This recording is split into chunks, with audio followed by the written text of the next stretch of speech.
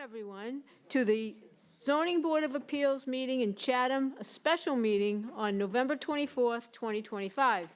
Please note this meeting is being recorded and will be available shortly hereafter for scheduled and on-demand viewing of any smartphone or tablet device. If anyone else is recording the meeting, including the use of AI note-taking apps, please notify the chair. Are there anybody qualified for that warning? No? Okay. Pursuant to Governor Healey's March 28, 2025 signing of the Chapter 2 of the Acts of 2025 extending certain COVID measures adopted during the state of emergency, suspending certain provisions of the open meeting law until June 30, 2027, this meeting of the Chatham Zoning Board of Appeals is being conducted in person and via remote participation. Every effort will be made to ensure that the public can adequately access the proceedings as provided for in the order.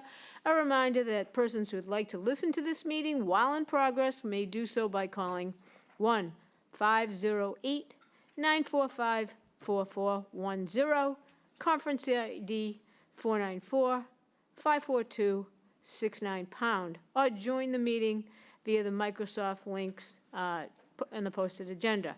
This is a live broadcast and simulcast, but despite our best efforts, we may not be able to provide real-time access. We will post a record of this meeting on the town's website as soon as possible. This is not a meeting where we will be taking any public comments in any way, shape, or form. It's a special meeting where we will continue our deliberations and hopefully a vote on the Penrose Main Street application. So with that, first we'll take a roll call vote of all members, starting with David Veach. David H. Veach, and I approve of this meeting format. I'm David S. Nixon, and I approve. Paul C. Semple, I approve of this format. Lee Hovey, I approve. Stephen D. DeBoer, and I approve. Virginia Fenwick, I approve. And Randy Potash, I approve as well. We do have our attorney, Jay Talaman, online, and we'll be working with him really in real time for our voting and our decision on application for a comprehensive permit. Actually, Sarah, read your. It's just application 25-034, the comprehensive permit for 0 and 1533 Main Street. Okay, so with that, Jay, do you want to sort of lead us through since we're doing this for the first time? Sure. Can I share? Is that?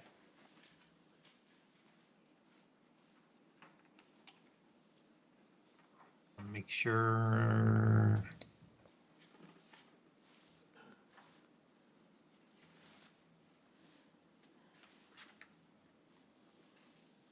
I don't know if that's working for some reason. Yeah, it's on our screen. We all have it as well. Sarah printed out hard copies for everybody, and we've had it since Friday or whenever we picked it up. So what you have on the screen is fine, I guess. Okay, I just want to make sure that, and everyone, can everyone still see it? We can see that it's a little truncated, but And I just want to make sure, because Teams is a little different sharing, that when we're making changes in real time, I want to make sure everyone can see it okay. okay. Well, depending on people's contact lenses and glasses, but Can increase the size a little. yeah, a lot of. Jay, if you Yeah, I think, if you go under review, if you take off the comment or format bubble, it'll make it larger but still show the track changes. okay. So review. So take off show comments. So under show markup, so you're going to go midway, yep, click there, and you'll take off the formatting and just leave insertions and deletions, and that should. Okay, is that a little bit better for folks? No.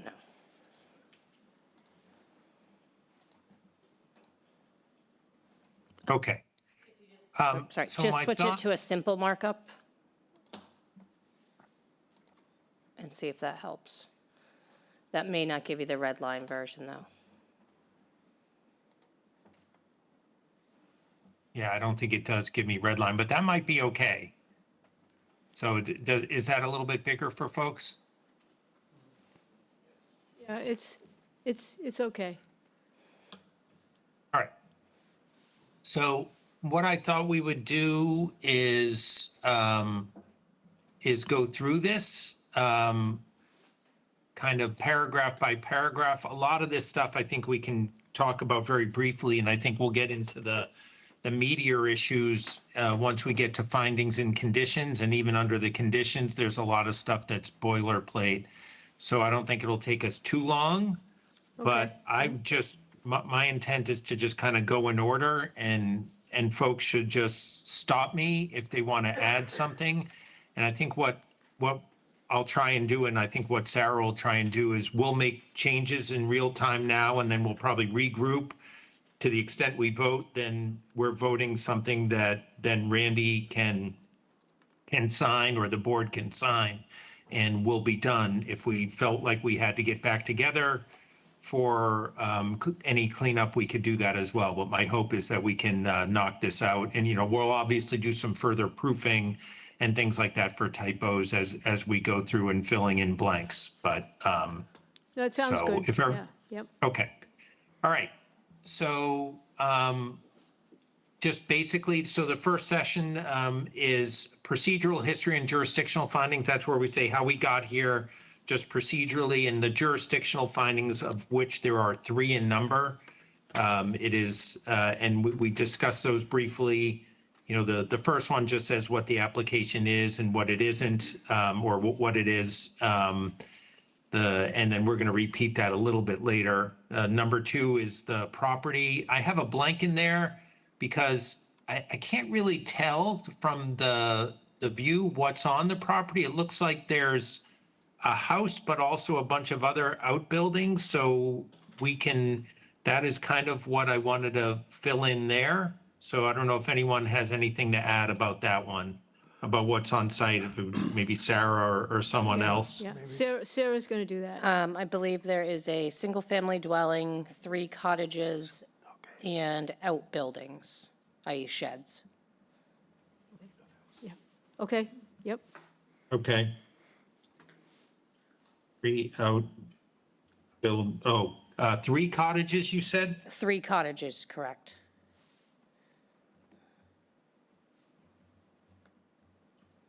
Okay, all right, so we got that. Next one is a jurisdictional finding. They have to be a limited dividend entity, and what the law says is there'll be a limited dividend entity when they execute a regulatory agreement under the low-income housing tax credit program. That is kind of a simple requirement. They don't have to really do that up front. They just have to pledge to do that within those agreements, which will measure their dividend, and there's a process for it. The number 4 is control of the site. They have a land disposition agreement, and I'm actually going to spell that out.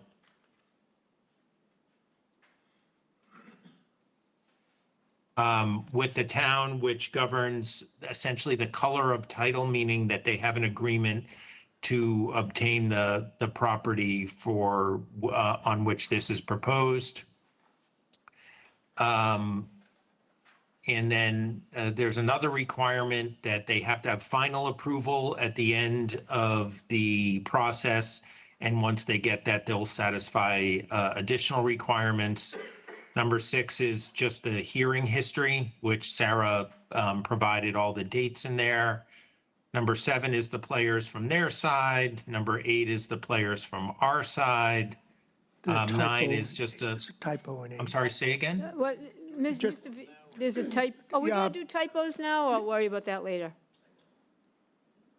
We can do it whenever, if they're simple, and we can grab No, them this now, one- let's do them now. This one is simple, Jay, I believe. It refers to TIG and bond, and I believe there's an E on the end of TIG. You have TIGH. Yes, you are correct. Thank And you. also, Jay, throughout it should be Penrose, should be 2 Ns. Okay, all right, so we can do a search and find for that. All right, so again, we note that there is peer review. Number 9, that we worked with our other boards and commissions, and we heard from staff, and we heard from the public. And number 11, the key component of that is the last sentence, the revised plans as described below, and we'll get into that, are the plans of record for the project. And what that means is we are measuring everything. When we use the term plans, it's the revised ones. And we might provide a little redundancy on exactly what they have revised here, but it's the revised plans that have the increased setbacks, the reduced heights, the reduced size of the administration building, and a few other things in there. So it's the revised plans that count, not what they got in there. Under number 1, we still have some blanks to fill in. We have to state what those plans are that are describing the plans as revised. And so Sarah and I can work on that in between sessions, make sure we have the most recent dated plans and put that all in there. Okay. Number 2, No, add go comment ahead. there Yep. or? No, that's, Okay. that kind of explains a lot of what I was thinking. Yep. Yeah. Yep. Number 2 here is just zoning district, west where it is. And I do want to add in there because I think it's important as context that it is a busy thoroughfare in Chatham. Sarah filled this in here on number 3, lets us know what's on the site. Number 4 is access is via Main Street. You know, a lot of this stuff is carryover. This is the way we create a story through our decision in case there's a challenge, either a collateral challenge by someone else or by Penrose themselves. We'd like to have as many facts in these as possible. Number 5 is essentially what they're building, 48 units in 9 separate buildings, plus an administrative building. The layout of the buildings have been changed in order to increase setbacks to the neighboring properties. If there's anything else, we can add it there. I know there's been other changes that are more self-evident, but I did want to call that one out because I think there was a lot of discussion about it. Number 6 is just the bedroom breakdown for what they've proposed, and the notation that there is a small attached exterior storage bin. I didn't really have another word for bin. It didn't seem, it's not a garage. I didn't know what else to call it there. I'm open to suggestions. It seemed appropriate given its general small size. Could be storage compartment, storage structure, or whatever, but I don't think it matters a whole lot. No, that's fine. I don't think it's material right now. Okay. Yeah. The design of the proposed building, and that should be is intended to evoke local architecture, and some modifications have been made based upon input from the board. The applicant was cooperative, and the resulting modification improved the function and appearance of the project. Again, that's my words, listening to you all about where you ended up on this, or at least a majority of you ended up.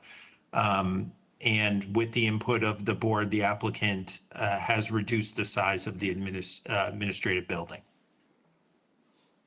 Number 8 talks about the green space, about some landscaping. We're going to talk quite a bit about landscaping below in some of the findings and the conditions. Notes their agreement to maintain as many of the existing mature trees as possible, that they're amenable to installing an irrigation system, which we're going to return to and impose some conditions on to ensure the durability of the landscaping. As revised, they've got the 73 parking spaces. Thank you, Sarah. I couldn't remember the revised number of parking spaces there.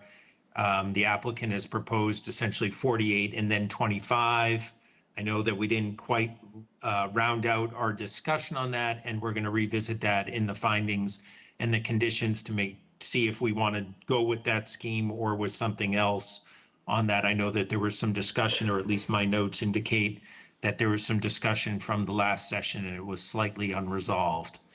The crosswalk issue, I'm going to say here, in close proximity to the east of the project, I believe.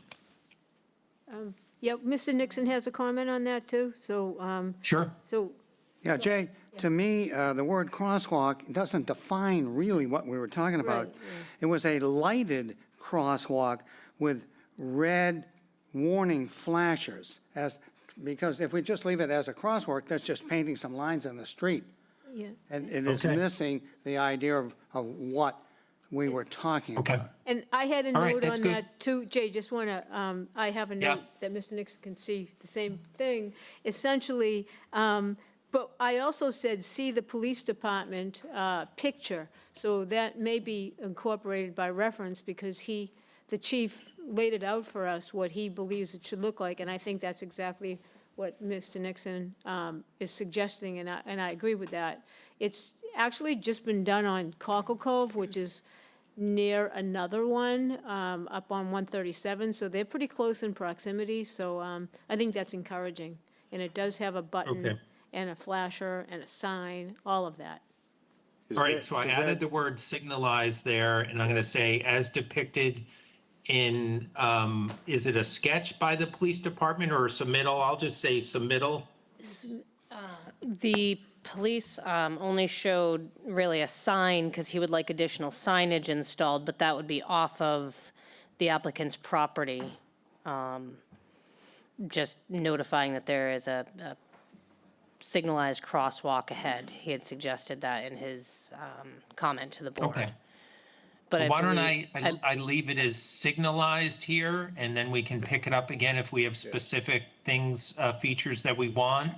In the findings and in the conditions, we can add more depth to it, but I've added the word signalized here for now. Yeah, that's fine. See, that's why this gets, it's not your fault that it's. It gets a little confusing because we go through, like I mentioned to you before, you know, the project description, and then we get nervous that we're not as detailed in this part, but then we all have to just sort of hang on and realize we're going to get more detailed in the next part. Does that sound right? Yeah, it does. And again, don't forget, we define the plans as the latest architectural plans and site plans. So we know that the last set of plans had some of the dimensional criteria that were improvements. So at the very least, it's all going to revert back to those plans, not the original plans. So that's what the decision is based on. Right. But we're going to provide some redundancy in some of the findings and conditions to make sure everyone knows exactly what the improvements are in the plan, either provided by Penrose voluntarily or as imposed by conditions of the board. Thank you. Okay, so number 11 is tracks essentially what the proposal was in the LDA as well as in the application materials. It's a little tricky because under their particular subsidized programs and the way these things work, they have offered to provide the 32 units at 60% of area median income, with the remaining units at 110% of area median income. But if for some reason there's a foreclosure, and those will all be perpetual restrictions, but excepting in the event of foreclosure, it would revert back to only 25% of the units being affordable to households earning no more than 80% of AMI. Foreclosure is incredibly rare in rental projects, but given the limitations of their subsidizing program, that's what we arrived with after discussing with them at the LDA stage, the law and the limitations of their subsidized program. So, and that's all right in their application as well, all of those materials in the LDA. So this is nothing new. It's just kind of laying it out there in a single paragraph. Okay. 12 is just water and sewer, and then we get to findings. And Sorry, some of Jen- this is, Randy, sorry. Yep, Yep. oh, Jenny, yeah, Sorry, please. quick question. Is local preference embedded in that too, number 11? Is I think they've always agreed to provide local preference, and I have a condition in there that describes the local preference. So we can't require local preference. We can require that they assist us in trying to obtain local preference, because local preference is never an automatic. We have to apply to the state to get local preference. Okay. And that's what Penrose has volunteered to help us do that, and they are certainly amenable to local preference. But we are going to have to, after the permit, submit in essentially a petition or a request from EOHLC to obtain approval to do local preference. It's Okay. gotten a lot more difficult because of fair housing laws. Okay, I just wanted to make sure it's captured if it's, Yes, no, we In another place. captured, and yeah, we'll discuss it below, and I pick it up in the conditions. okay, thank you. Yep. So the findings, some of this is boilerplate stuff, and some of it is very specific stuff that is geared towards what you all work so hard to negotiate with Penrose, and what Penrose put some effort into as well. But some of it is pretty basic. So the first one is that they were cooperative and flexible. If anyone feels that they weren't, then, we can change it. They made changes, so I thought this was appropriate. Mr. Nixon has a comment. Sure. Yeah, my problem with this, the wordage in here, Jay, is that the cooperative aspect and flexible business was true on minor concerns, but the substantial ones that I was talking about last week, there was no cooperation or flexibility. It just, no. So somehow, the way it's written now, it's kind of like, oh, everything was great and everybody was cooperative and everybody was flexible, which simply wasn't true. So I don't know how important, maybe it isn't important at all, I don't know. No, I think David, again, I think it's up to the board. So I just added some language here that just said was cooperative and flexible on many significant matters as discussed herein. And I think that qualifier may help a little bit. I agree with you that there are a couple things where they said that they couldn't move, and one of them being density issues. So I think that's certainly a fair comment. So I just added a little bit of language there on many significant matters. Obviously, we do have increased setbacks, reduced height, smaller administrative building, yeah. What have we said, some concerns of the board?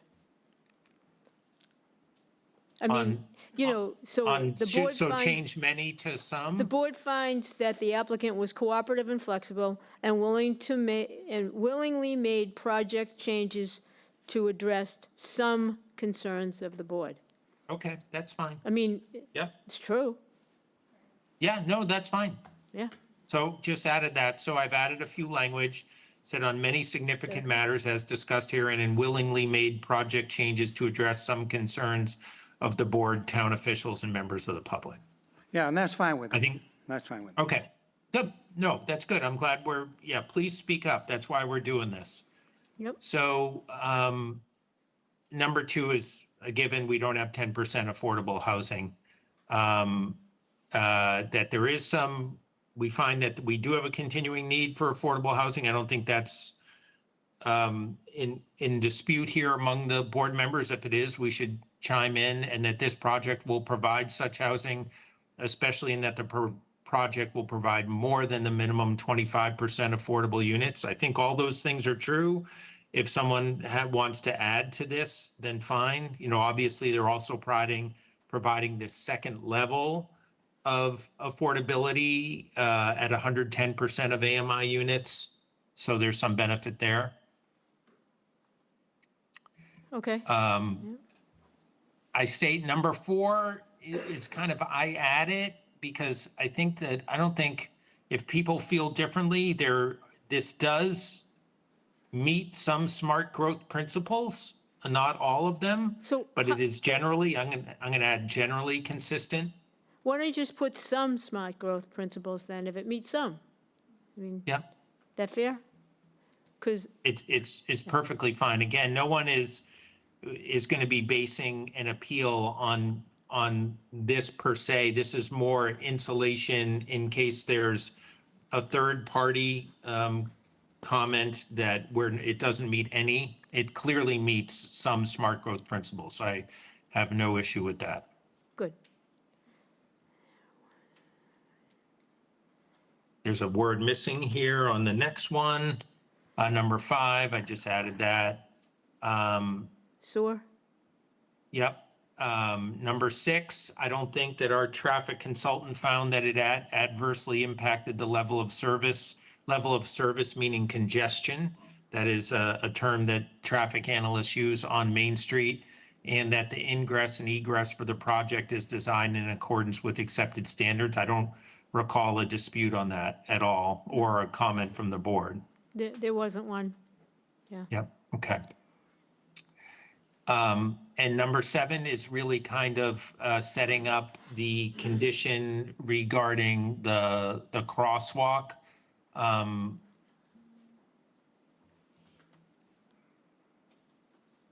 Essentially saying that we need another crosswalk in closer, it should be closer proximity to the project is advisable. Okay. Jay, did you want to add in signalized to any of these I think we should probably pick it up. Conditions. I'm going to say, all right, I'll say with signalization here in close proximity to the project is advisable. So I added that there. Number 8 sets up a condition because I think I think the board's or the consensus of the board, not unanimous, was that a redesign of the administrative building to fit local architecture would be something that we would want to do within the conditions, and that kind of tracks what the board has already discussed. Right, and we can get more specific. If there needs to be any more specificity, should it be here or should it be in conditions? I think we can do it in the conditions, Randy. Okay, we'll wait then. Sure. And if we have to, if in looking at the conditions, we have to come back to this one and have it mirror it more strongly, we can do that. Okay, All right, so number 9 is the parking. And this was because my notes indicated that while there was some consensus for 1 per plus the remaining, I think 20-something spaces being for kind of first come, first served, but I don't recall, and my notes indicate that there was not a final consensus on how we wanted to allocate the spaces. so I had indicated that I was going to talk to Tracy from the Housing Authority, and she Yep. thought that 1 space allocated for the 48 units is a very good idea. And I think that's Okay. good advice because it's right here in Chatham, and it's not just some generalized, what's the best thing for parking, in the universe or in Massachusetts or whatever. This is right down the street, and she thinks that would be a very good idea to allocate. So I would like to see that. What do you think, Mr. Beach? The only question I have in this process, or within this process is, Penrose is going to have eyes on this as the project goes forward and is working, and if they determine that it's not really working as well as, how does that get remedied? Is it easily remedied, difficultly remedied? That's what I want to. She indicated that that's one of those things that's easily remedied. That's how I even thought about her as somebody to talk to, because she cautioned against being too stuck on some things that could be changed. Yeah, so I mean, as long as if they try this and they find out that it's somehow not working the best that they think it could, as long as there's flexibility to provide some remedy, that's good. Yeah. Mr. Nixon, anything on that? Paul? I'm a little unclear on what you ended up saying. Are you saying that if it doesn't seem to work out with a spot assigned to each tenant, that then who negotiates or resolves that issue? It seems, So- you ahead, Jay, please. So what we could do, to the extent that there's any concern about it, is we could impose within the conditions below, and that we're going to require review after, like, what we would normally do is something like 6 months after full occupancy, we would review. They would provide a report on parking. to see if there's any additional changes with respect to the allocation of spots.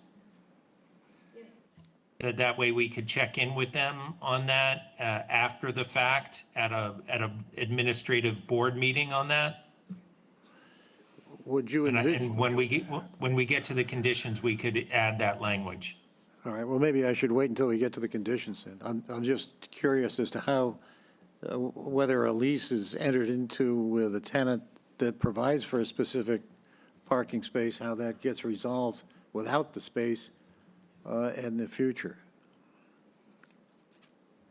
But, Fair point. I just added the subject to further review as noted below, and then we can address that when we get to conditions and brainstorm a little bit on that. But fine, I think in that most leases are going to be temporal and for a period of time, then there will be an opportunity probably for some flexibility. okay. And I'm perfectly flexible on that. Whatever, everybody wants to do is fine with me. I just want. And it may be also, Randy, that Penrose's experience with it is that it's not working well, and then they could come and ask us for a change to the condition that we have on this. Yeah, sure. So, I mean, it's going to be most personal to Penrose. They're going to be the ones, if there's agita amongst the residents over the adequacy of parking, they're probably going to want to be responsive to it as well. Okay. Anybody else on the parking? No? Yes, Ginny? What, I mean, are we taking opinions, or I liked the Okay. the No, we're assignment taking opinions. of one Yeah. parking per unit, so 48, was it 40? Well, wait, we can wait till we get into conditions 25, and then okay. see what everybody wants to do with that. Okay, Jay. Okay. So 10, I think this should be a well. I think that we all ended up, or not, maybe not all of us, but I think the consensus of the board is that an irrigation system to serve the landscaping on the site was a good idea. Everyone's been concerned about the impacts to the local aquifer and everything else, and the interest in not overwatering. But I think the consensus, as I recall it, is that we felt that having an irrigation system was appropriate. Mr. Attorney Singer did forward to me, and we could pick it up at conditions, what their proposal for it was, if I could. Sure. And also not to forget that the water that the trees are watered with goes right back into the ground. Yep. And they're not allowed to use the water from the units. So I think we need a well. I think it's obvious to me. Right. Yeah. Because So let otherwise me you're going to have just big see. trucks coming in and out of there with, giant bags of water. And that's really not something that we're trying to do here, I don't think either. Why don't we deal with that when we deal with conditions? Okay, yeah. Right, so and just to kind of set it up, the email I received from Attorney Singer was that they would request that the condition allow watering without restrictions during the first 2 to 3 growing seasons to allow establishment, and then follow all town restrictions thereafter. So Yeah. that was their proposal, and we can pick that up when we talk about the conditions. Mr. Nixon and Mr. Veach are nodding yes. Okay. We'll let Paul comment on that. Once again, I'll wait till we get to conditions, but I like Okay. it. I like that last statement you made. Okay. but, Yeah, All right. okay. Number 11 is that, we want them to maintain as many of the existing mature trees as possible. And that the board finds that the landscaping plan should be modified to include more larger caliper trees. And some of that I took, when we get to the conditions, you'll see I borrowed heavily from the proposed conditions that that Ginny put out there on that. So we Yep. can talk about that in a little bit. Okay, 12 sets up something with respect to the siding, and we'll get to that again. The direction Yep. that I received from the board was to refer again some of the hard work that Ginny put together and kind of thinking this through. So we'll see her conditions kind of mirrored below. And I think in my conversations with Randy, I think we'll probably be tweaking it or Yeah. maybe tweaking it a little bit further. But what I did was follow the board's direction on that one.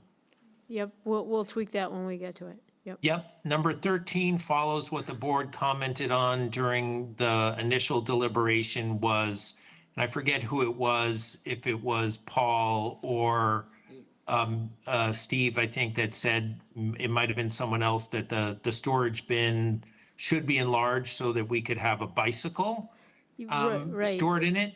And what I added was 2 bicycles, just And- because I thought, I've got probably some make more information on sense. that. It was a good try, but I received some information from a reliable source that wasn't going to be possible to fit 2 bikes.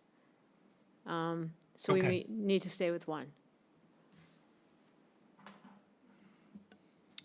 Would the board like to specify 1 adult-sized bicycle?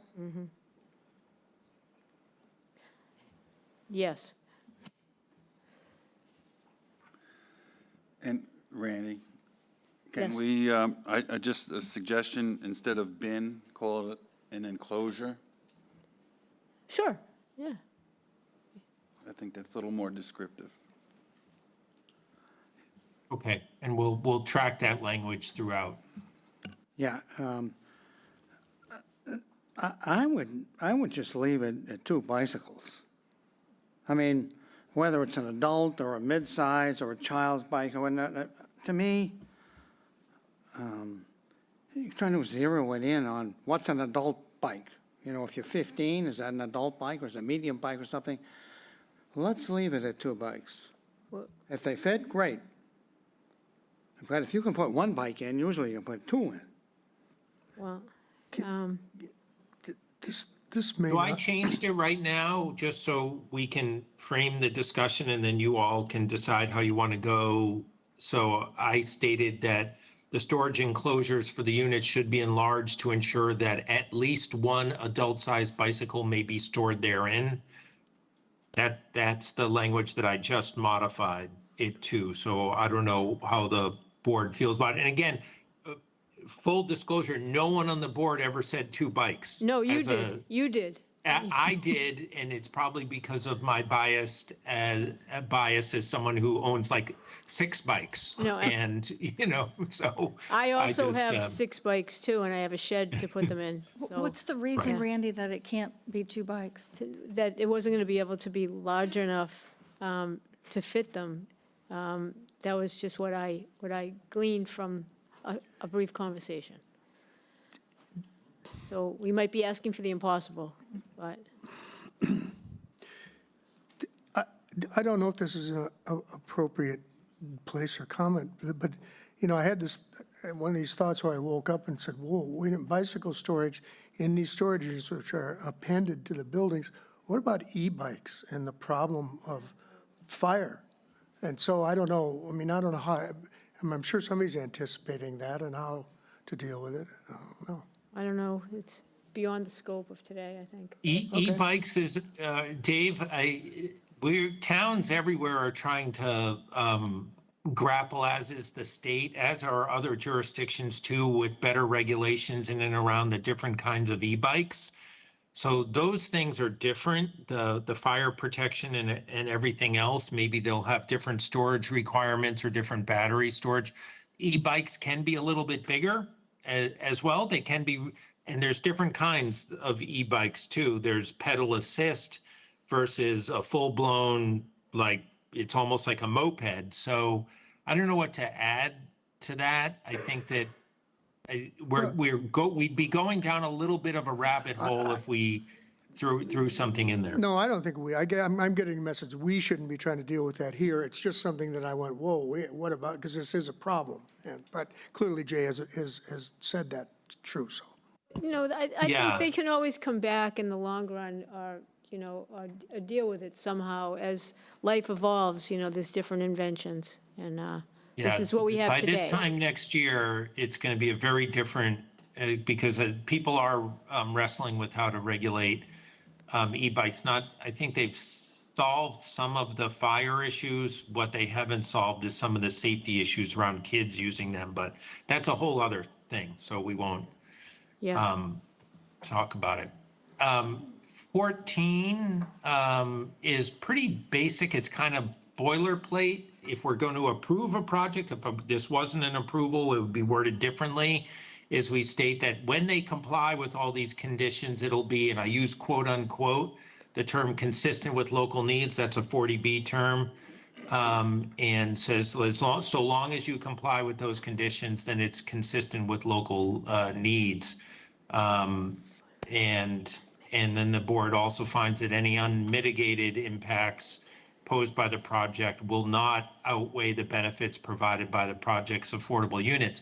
And what that means essentially is, we know that there's, some elements of this project we don't like, but the powerful sway of affordable housing is generally, in the balancing test required by the state, is going to outweigh anything unless we are essentially going to say no. But,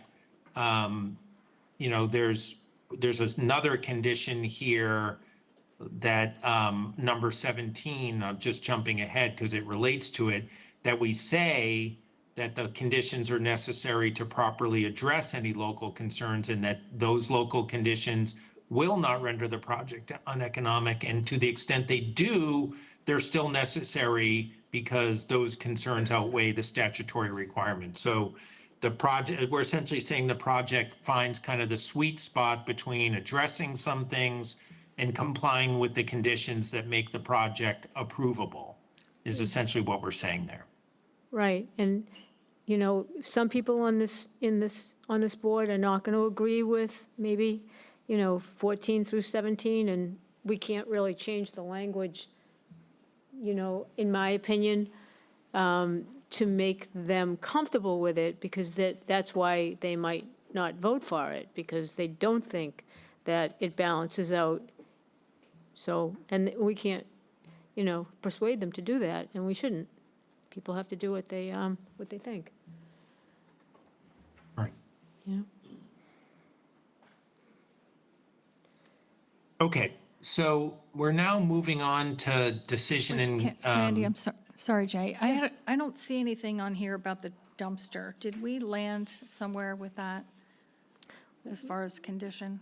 I'm wondering, is it shown on the latest set of plans in the agreed upon location? That's a good, I'd been wondering about that myself. I had a vague recollection, Ginny, that on a later set of plans, and maybe Sarah could comment on that, if the location of the dumpster was in an area that we could live with or not. I'm just pulling up the most recent plan set, and the dumpster appears to be on, well, there's one on the easterly side of the property and one on the westerly side of the property towards the rear, so there are two dumpsters. If I share my screen real quick, I can show you guys just to make sure these are the locations. So here, down at the bottom there, and on the other side, right there.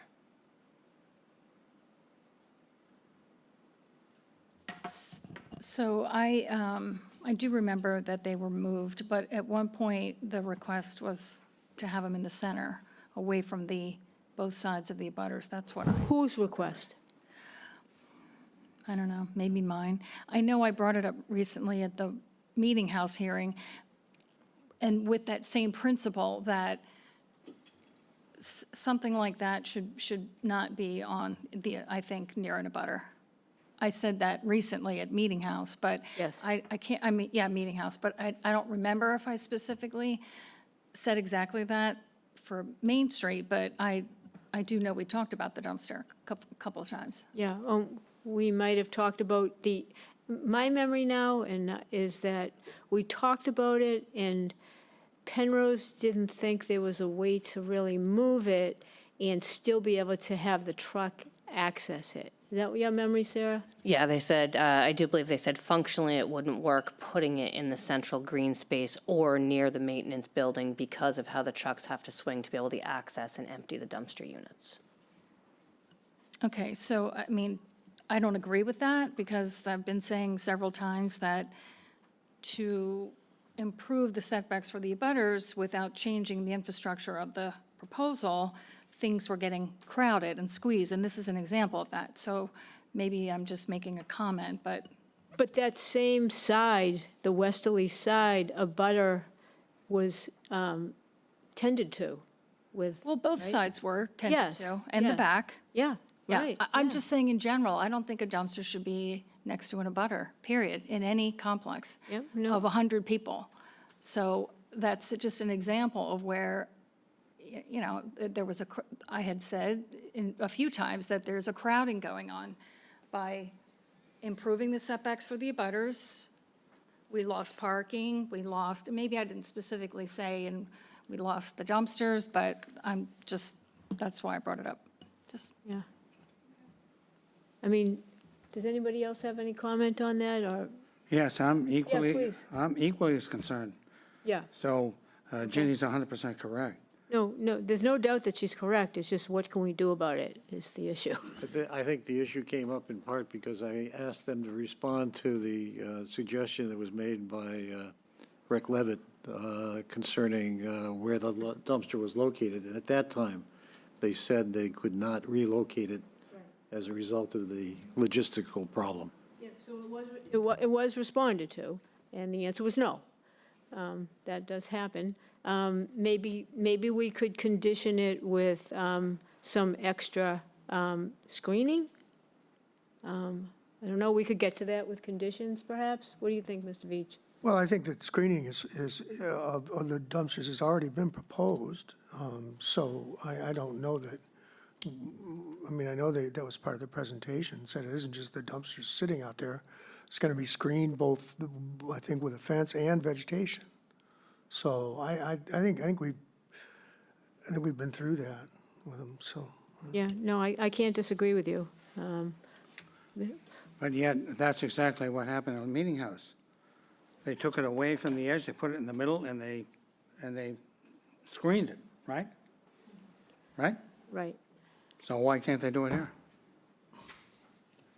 I don't know. How about if we table that? We'll come back to it, promise. It was turning radius of the fire truck, maybe, or something, I think. Right, Sarah? Is that what it was? So I believe it had more to do with, not so much the fire truck, because the fire trucks have adequate turning radii within this site.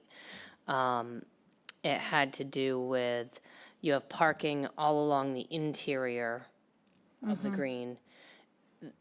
So the only place they could put it is in the green space, and you wouldn't be able to get a truck in there to back up or get to it because there's parking on either side. So the site layout makes it very Parking, difficult yeah. to locate it in that central green space. And we talked about this in the office too, because, you know, I share the concern, I do, and I don't think you're wrong at all. You're right, but I don't know what to do about it. I guess we're gonna have to vote on it anyway, so Okay, it's thank you. part of something that might stick out. Why don't we, when we get down to the landscaping condition, I think it would be a good opportunity for us to kind of put a pin in this and discuss it as part of the overall requirement for them to send enhanced landscaping information in the final landscaping plan. Sure, So, and then Yeah. if we have to come back and do a finding, if necessary, we could always do that. okay. All All right, right, so moving on to the most important section, decision and conditions. A lot of this is boilerplate stuff, but I still want to go through it to make sure that you understand it. Number one is essentially the main part of it is that is that we are fixing the project based upon the last version of the plan. So you can see that it's as defined in the plans. So that's essentially just putting that marker in that. So we can allow some minor variations in design, but anything material, they've got to come back and submit it for the board's review, and we'll talk a little bit about that in a little bit. Number 2 is no more than 48 units, pretty straightforward there. Number 3 is a requirement that they have to do anyway. They have to, before they can get building permits, have to get final approval by the applicant subsidizing agency, which is EOHLC. That's standard, that's in the regs. They'd have to do that even if I didn't have this condition here. Number 4 is a condition that I've kind of developed over time with respect to 40B projects, and part of this is because under 40B, you're not required to do final design plans, even though the plans are pretty sophisticated here. They're not really final design plans. So what we require is a final set of plans be submitted to us so we could have whoever we're going to use for engineering review or the building commissioner a period of time to review them for consistency with this decision. So my experience has kind of led me to go with a 45-day period so that we can review it. And it's going to be a lot of different plans. It's going to be the engineering plans, the architectural plans, landscaping plans, final lighting plans, construction management plans, all of those things. We have some provisions in here for extensions and to make sure that they give us a complete set of plans. But this has been kind of a provision that I have made to reflect the unique process under 40B, whereby we don't really get the final fully detailed plans until after our 40B project or our permitting is done with the zoning board. So this is pretty straightforward. It's something that I've kind of developed, and I kind of made a few changes to fit this particular project. So. Okay, thank you. I do say number 5 because this was something that the board had flagged for review, and that is that they wanted to make sure that that all of the mechanicals were shown, that we know where they are, and if there's something more the board was looking for here, this would be the place to put it. So, because I think that my understanding of the board's concern here is we didn't quite know where all the mechanicals were going. I think that's one issue that I raised, and that in part was we didn't know what they were going to look like either. And in connection with that, I'm not quite sure what prior administrative approval means in the context of So, this. and that's a good question. So when I say prior administrative approval, it's so that we don't open a new public hearing, that we're just checking a box. It doesn't mean we have to say yes, but we're not making them go through a full-blown public hearing for showing us where these mechanicals are. They show them to us.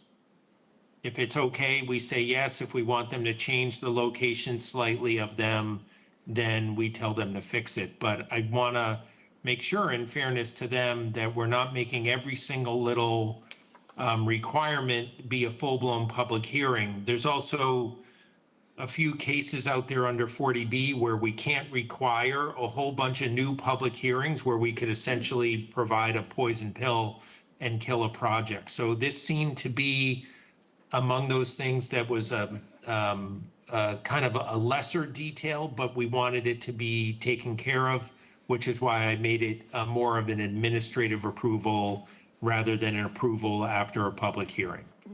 But it does indicate it would be on our agenda and we would vote on it? 100%. Okay. Yeah. So for example, if they put it up on some kind of a ugly pedestal and we didn't like the way it appeared and we didn't feel like it had enough screening, we could deal with that, right? Absolutely. Yeah. Okay, Yeah. okay, But JL, it's a way for us to capture what we need to have done without unduly like impacting their process post-permit. So we still would be able to get together with them and discuss it and have a little bit of jurisdiction over it without slowing things down too much. Jay, for the net- for consistency with No, no. our local zoning bylaw, instead of external mechanical systems, I just changed, in my draft, I have an exterior mechanical system appliances, just so the terminology is consistent. I'll change it too on mine as well, Sarah, thank you. Okay, this one relates to stormwater management. We generally will want a full-blown plan. This is part of the final site plans. I'm just adding a little more teeth to it to make sure that our engineer gets an opportunity to review everything there. There are some detailed, and there has been some review, but when they get down to it, we want them, our engineer, to be able to review them for compliance with the state's requirements here. Pretty straightforward. As to the final architectural plans, they'll be substantially in conformance with the building design and layout as shown on the revised plan submitted to the board. Any review by our engineer will be only to show that the configuration of the building is consistent with the plans. We are not reviewing that. That's the building commissioner retains their customary review of the technical things. We just want to see them, the architectural plans, to make sure that they conform with our other conditions here, not to do a review that the building commissioner is going to do anyway. And then let me make a change here on the adult size bicycle.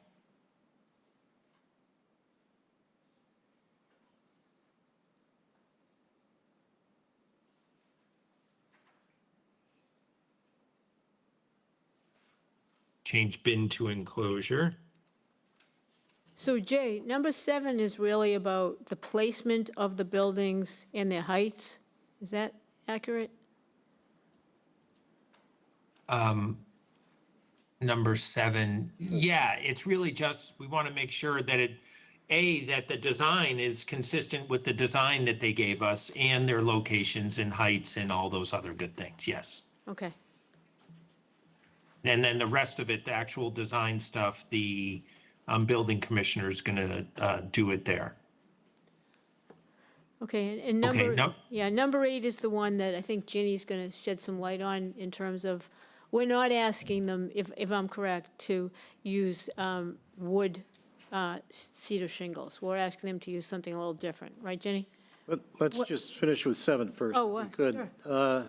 Did we end up with 2, at the very least, 2 adult-sized bicycles?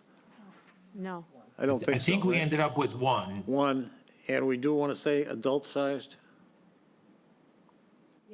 Yes, it I- says I- adult, I- yeah. I know, but Yeah. there was some dissension about that. Okay. Okay. All right, so, and that's why I highlighted this section here. So essentially, and Ginny can talk to this better than I can. Yeah. Is we wanted to go with white painted clapboard on kind of the front-facing facades, and then go with more of a classic kind of cedar shake. But their proposal was, I think, a cementatious product, and there was some indication in the proposed conditions that maybe we would go to cedar shingles on the sides and the rear. So my recollection is that we had brought that up. Lee Hovey actually, during the hearing, had raised it. Penrose came back and said that that would not be economically viable, so, for cedar. And so so cedar, I think, was off the table, the white cedar, the traditional white cedar. However, the look of that is what I believe Penrose is referring to as the painted composite,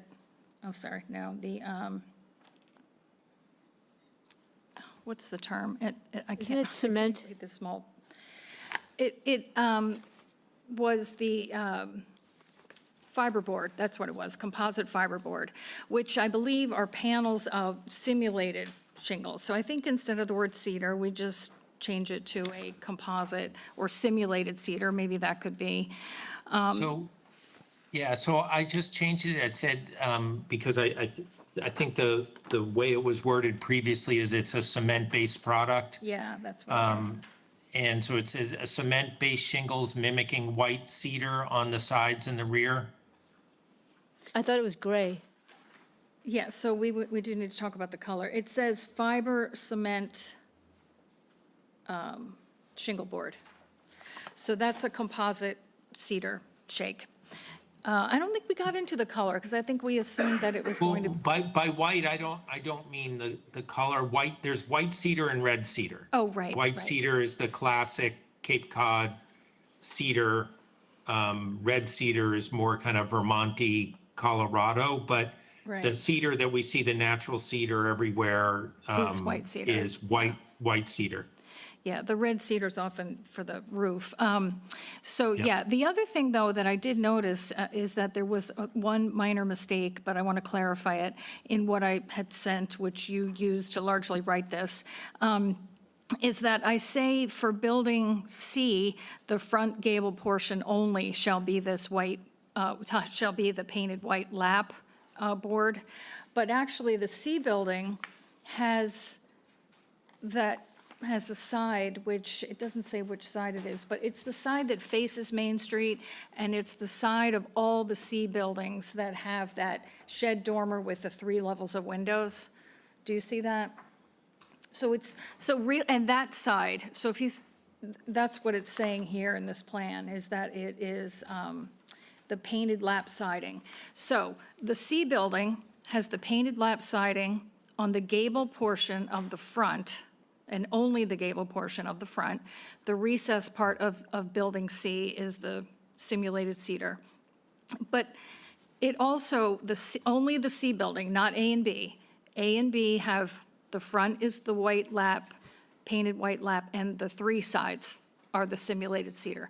But in the C building, because it has that, it's the larger building, and it has the side of it facing Main Street, and then as you go into the complex, the sides of C face each other in some configurations. That one side, it doesn't say whether it's what the name of the side is, but it's the one side that has the doorway, the entryway.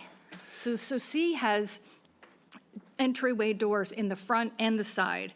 So maybe that's a way of delineating a J. So Ginny, I would also maybe describe that as the 2.5-story portion of the C building. Okay. It's that part. Yep. The rest of the building is the 2-story Correct, yep. part. Yep, So, yeah.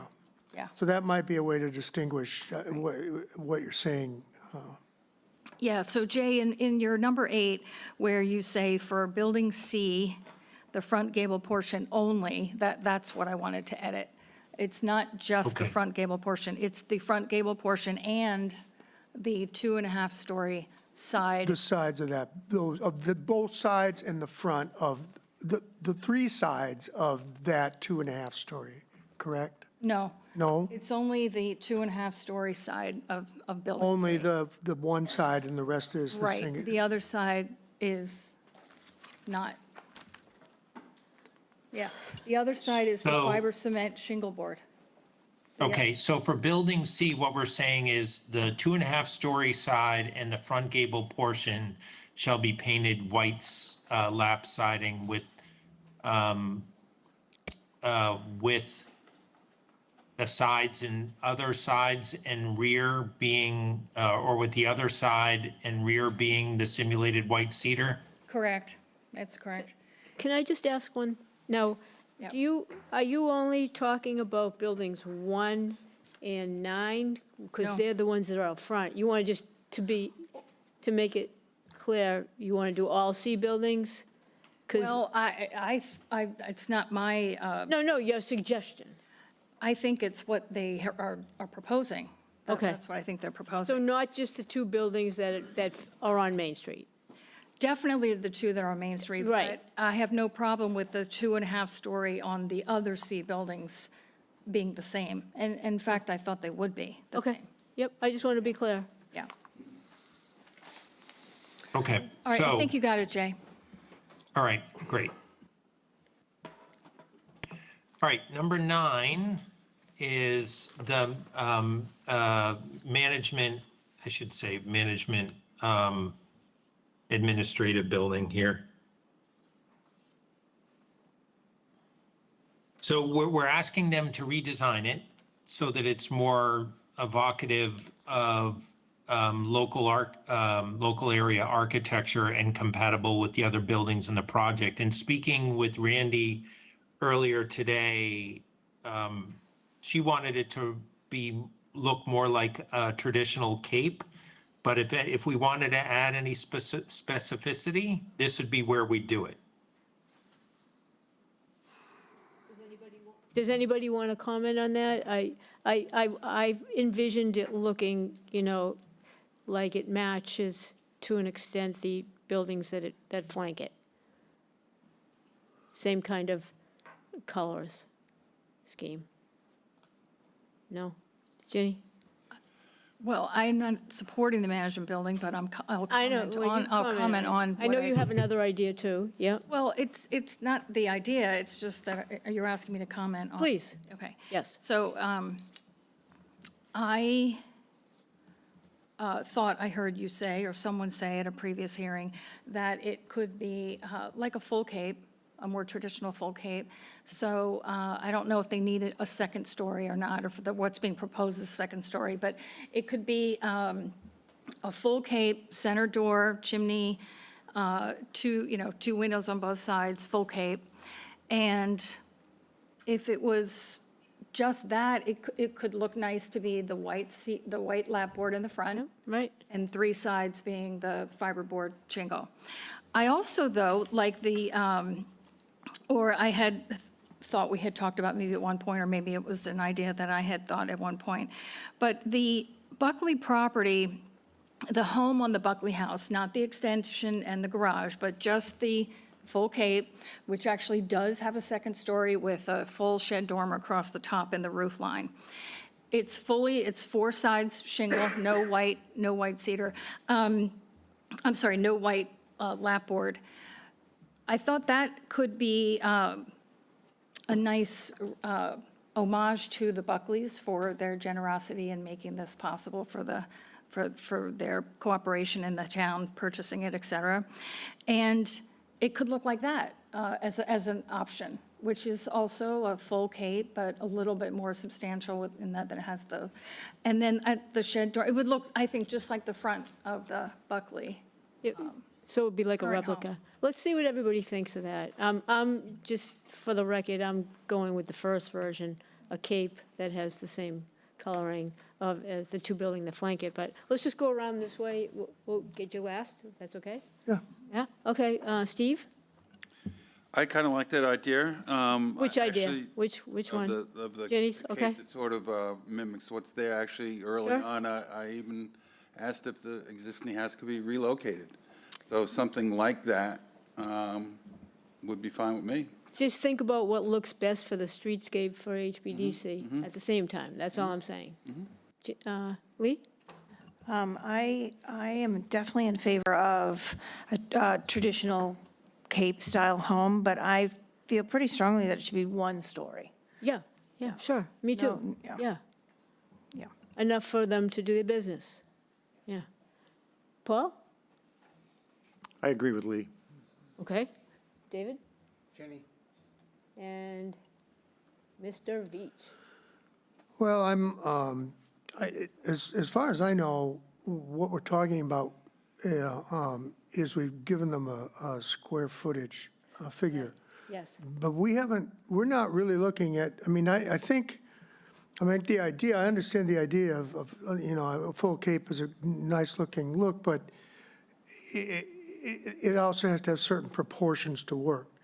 And so if the building is somehow differently configured, it may be that something other than a full cape, maybe might be just as compatible with the surrounding buildings. So I'm reluctant to narrow it too much. I'd rather see what they come in with. I think maybe it seemed to me that you were saying more broadly, looks more Cape-like. And I'm happy with seeing what they develop coming out of that rather than trying to, I think the idea of honoring the Buckley House is a nice idea, but it's about the proportions of the building as well as the fenestration and the door placement. So Right. So you're open-minded? I'm open-minded. Yep, okay. I think we have what we need, that we'll see what Penrose comes back with, and we'll deal with it. Yeah, I think that's the way to go here. Again, we're leaving it open.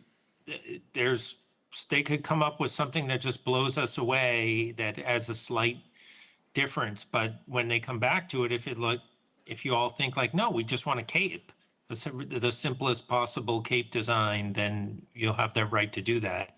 In any event, I think that they've heard you loud and clear Yes, on, what you'd like to see. And I'd like to see it on a page with the other two buildings flanking it, so we can really see, what it looks like with how it will look for the streetscape, If we just see it by itself on a page, it doesn't, I might have to cut it and then put it in a picture, but if they could do that, that would be nice. Okay.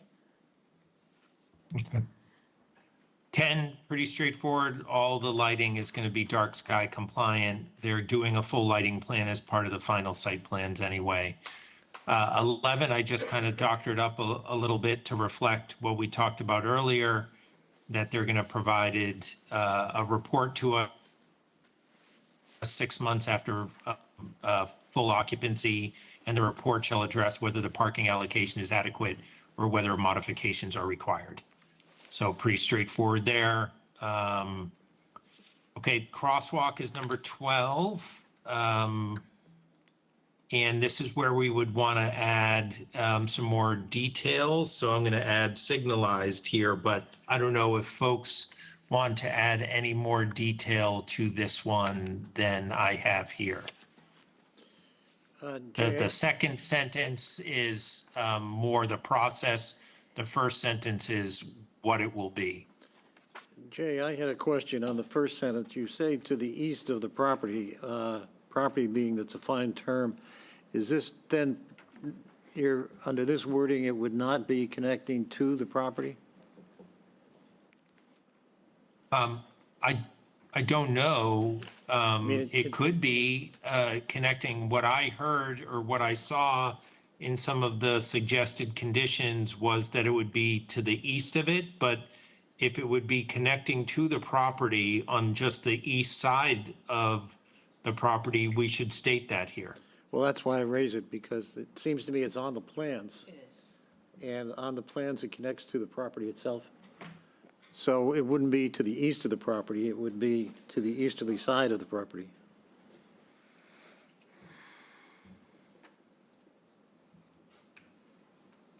I'm open to changing it however the board wants to do it.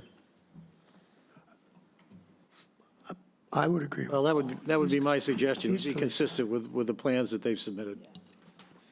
I agree. Sure. Okay, everybody's nodding. So it's going to be on the east side frontage? Yes, the easterly side of the property as defined, the property is defined, Okay. capital P. Instead of to the east.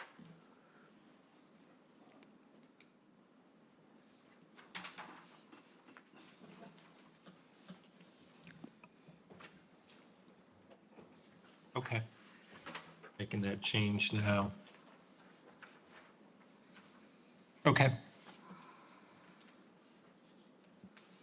All right, so then the second sentence is that they're going to be required to diligently pursue such approvals and shall be relieved of the responsibility to provide the crosswalk.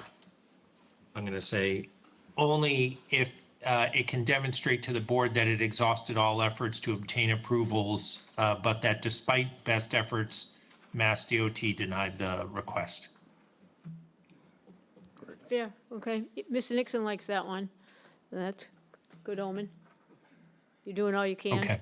Looks like number 13 is extremely boilerplate and long. It is. Yeah. This is the product of, you know, I tried to make sure that it didn't have anything extra with respect to your particular approach to things, but it is very boilerplate of the kinds of things that we want to see in a construction mitigation plan.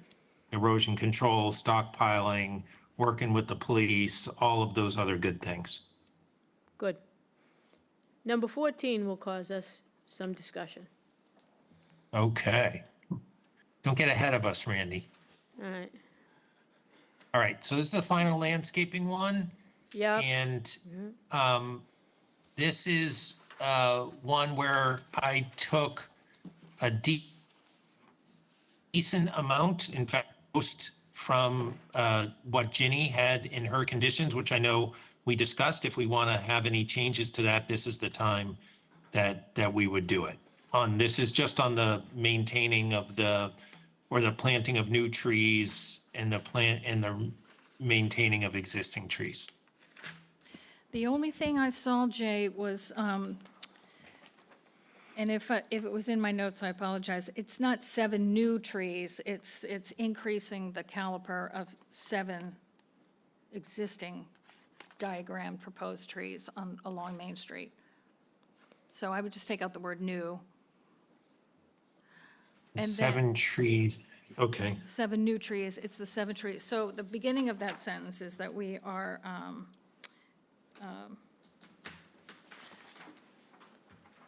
the caliper, But those are the ones that are proposed to be planted, right? Yeah, but they're Oh, I not see new what to the plan, they're new, okay. yeah, yeah. new as in they're green. Okay, I thought you meant new as in additional, sorry. Okay, so new is okay if it's, yes. No, I won't, if it's confusing, I want to change it. So I'm changing it to additionally, the caliper of the 7 trees proposed to be planted at the property frontage and 11 trees In the inner, proposed for, yeah, right, exactly. proposed for the inner driveway shall be increased so that they are not less than 4.5 inches. Yes, okay, sorry, yep. So it just depends on what you call new, but they're all new, so, okay. New is okay, additional is what I was wanting Okay. to clarify. Okay, good. Questions, comments on this one? No, Okay. All right, so, final landscape plan shall include a maintenance plan that, little typo, ensures proper care, maintenance, and irrigation of all trees and other landscaping. Any trees that die shall be promptly, replanted according to such plan.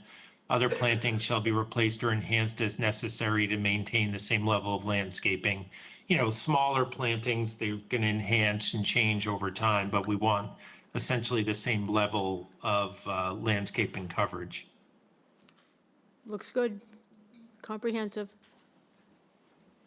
Okay, 16 is the irrigation system that is, we want there. As you'll recall, Mr. Singer said not subject to restrictions within the town imposed restrictions within the first, I think he said 2 to 3 growing seasons. But Yes. whatever people want to do here, I will add there. That's why I have the blank.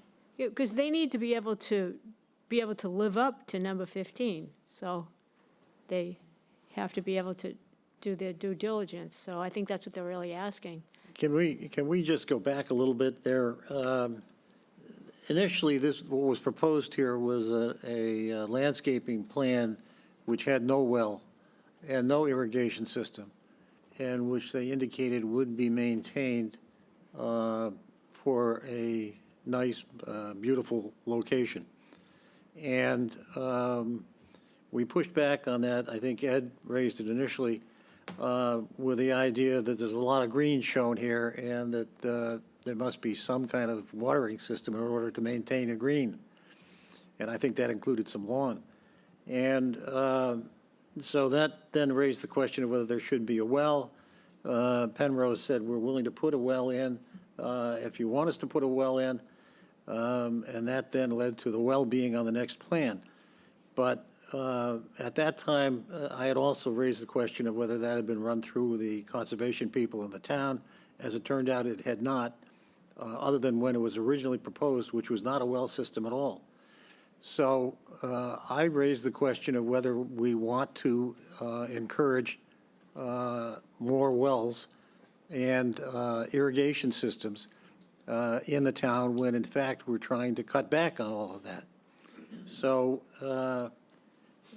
I said that, you know, from my viewpoint, I could see the use of a well or irrigation for a period of time to establish the plants, but that they should be plants which are designed to withstand drought and native species, and that they should not ultimately require a well system to support them.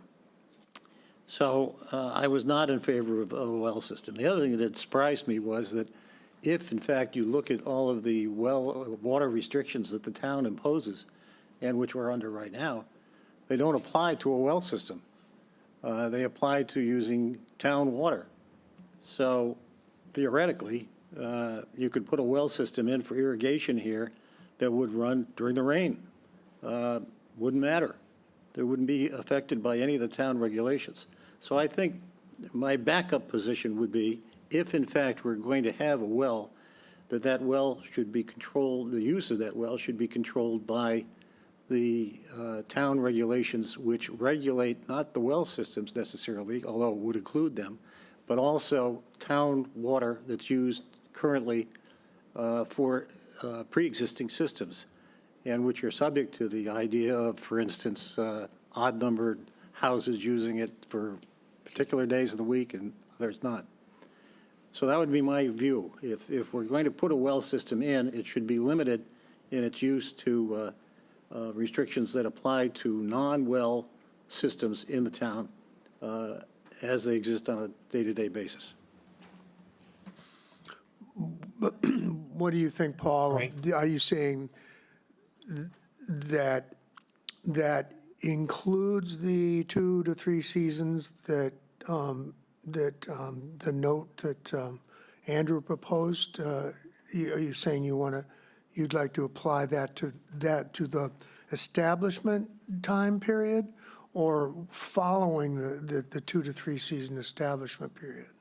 Well, I think it could, I could go either way. It didn't make any difference to me. It seems to me I'd feel more comfortable if we allowed the establishment period and let them do what they needed to do, especially assuming that the town still is not trying to regulate private well irrigation systems through that time period. Then, following that, after the good establishment of the landscaping, then we overlay with the town's watering restriction regulations. That's fine with me. Yeah, and I'm on board with that, and I think the word was flourish that Ginny had used. There's a difference between like just barely surviving and flourishing, and I'm looking to flourish. This is one of the conditions that caused me to vote yes on this project. So I just want everybody to remember that, because I was in no way just, I wasn't an easy persuasion on this. And this is one of the things that I think will make it acceptable to have a flourishing, but we could stop it, we could set the other parameters, like Paul had said, after it's established. Mr. Nixon? Yeah, I think it's a mistake to zero it in on like 2 or 3 seasons or whatever it might be. I mean, it's, you could go to all this trouble, all this beautiful planting, and then they're gonna, then they don't look so great, or they die off or whatnot. That if you are giving control of this to Penrose, which you are, then I think they should have control over the watering system and not be hampered by something that we throw at them. I can't disagree, because I'm trying to work towards flourishing. I would think that, though, in most instances, that 3 growing seasons is enough to allow plants to establish themselves. It's 3, that's, Paul, are you on board with 3? I think that's standard. I don't have a problem with that standard. I mean, we have, if you think about it, we have landscaping that was established at the old Fleming's Restaurant section in front on 28 that has no irrigation and is now somewhat flourishing. Anybody else want to comment on this? Jenny, go ahead. Yeah, and I remember making that comment, and what I meant by that was that I think we need a well commitment, not town water, to establish, not die, and to flourish, meaning ongoing. They will look better if they have water. So I'm not, if I'm understanding this correctly, the town's limitation on well is when it's the town's water. If it's a well, irrigation system. If it's an irrigation system with a well, those town limitations don't apply. That's today. right, because it's not treated water. And I did run it by Rob Faley, who from the town, versus, I actually did try the Conservation Commission, but I didn't get a hold of anyone. But he is like similar, because he's water and sewer. He was the one that said to me, well, they need to put a well there. Right. So I think that if we get to a situation where the town is saying no irrigation, municipal water and wells, then that would apply. But I'm not in favor of limiting it to, because they have a well, and that's not what the town is limiting when they're saying no irrigation. I'm happy to not limit it if we could still get 3 votes for the project. Well, I can go, I mean, whatever it's going to take to resolve this, but I'm more in Paul's camp on this. I mean, given that they, and I wasn't studying all this that closely at the time, but what we're saying is they've said that the plantings that they're choosing are supposed to be drought tolerant to a certain degree. Yes. Now, I'm sure that it probably doesn't apply to the grass, but at least to the shrubs and trees and things like that. So I would think that if they've been through the establishment period and the plants have flourished and been successful, that the goal, as they initially proposed, was something that was not going to require a lot of ongoing maintenance. So I don't see a problem if in that time period the town has restrictions on days to water. Why? I'm thinking part of Paul's proposal is saying this project sponsored by the town, large-scale project, et cetera. If we're going to ask the rest of the citizens of town to only water on even and odd days, depending on their address or whatever, that should apply to this project as well, after that establishment period. But Randy, if that doesn't work for you. But we're not asking the people to limit their well use that I know of. Well, not the well use. No, and but- this is well use. Okay, well, Paul, correct me if I'm wrong. Were you thinking about well use here or about the spirit of it with respect to the use of wells? What I was referring to is I understand that the restrictions that currently are in place do not apply to wells. And whether the town will revise that at some point in the future, I don't know. But we have an opportunity to apply this to this particular project to say that, in fact, we won't use well water in situations where the rest of the town water, which is being used for irrigation from systems that were previously established, are restricted. And we should be maintaining the same restrictions. So the spirit is what. Yes. Spirit, yeah. And Yes. as much as I have utmost respect for your intelligence, I think you've already forgotten more than I'll ever know. However, I disagree with you on this.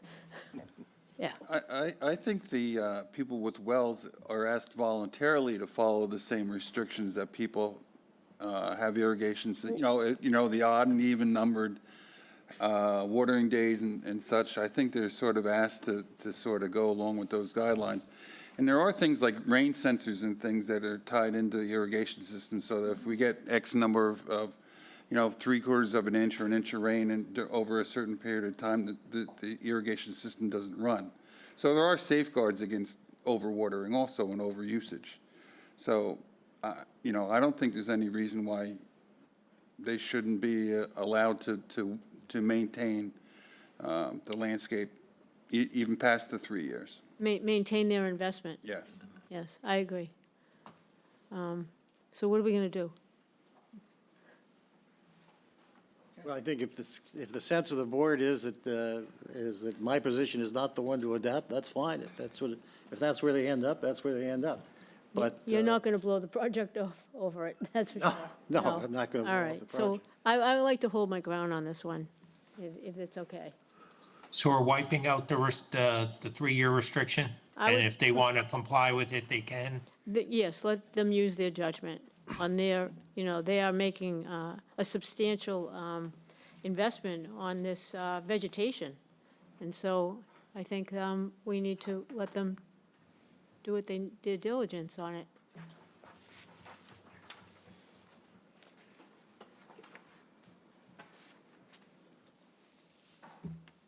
Okay. I don't Right, think so- we don't need a vote on it, no.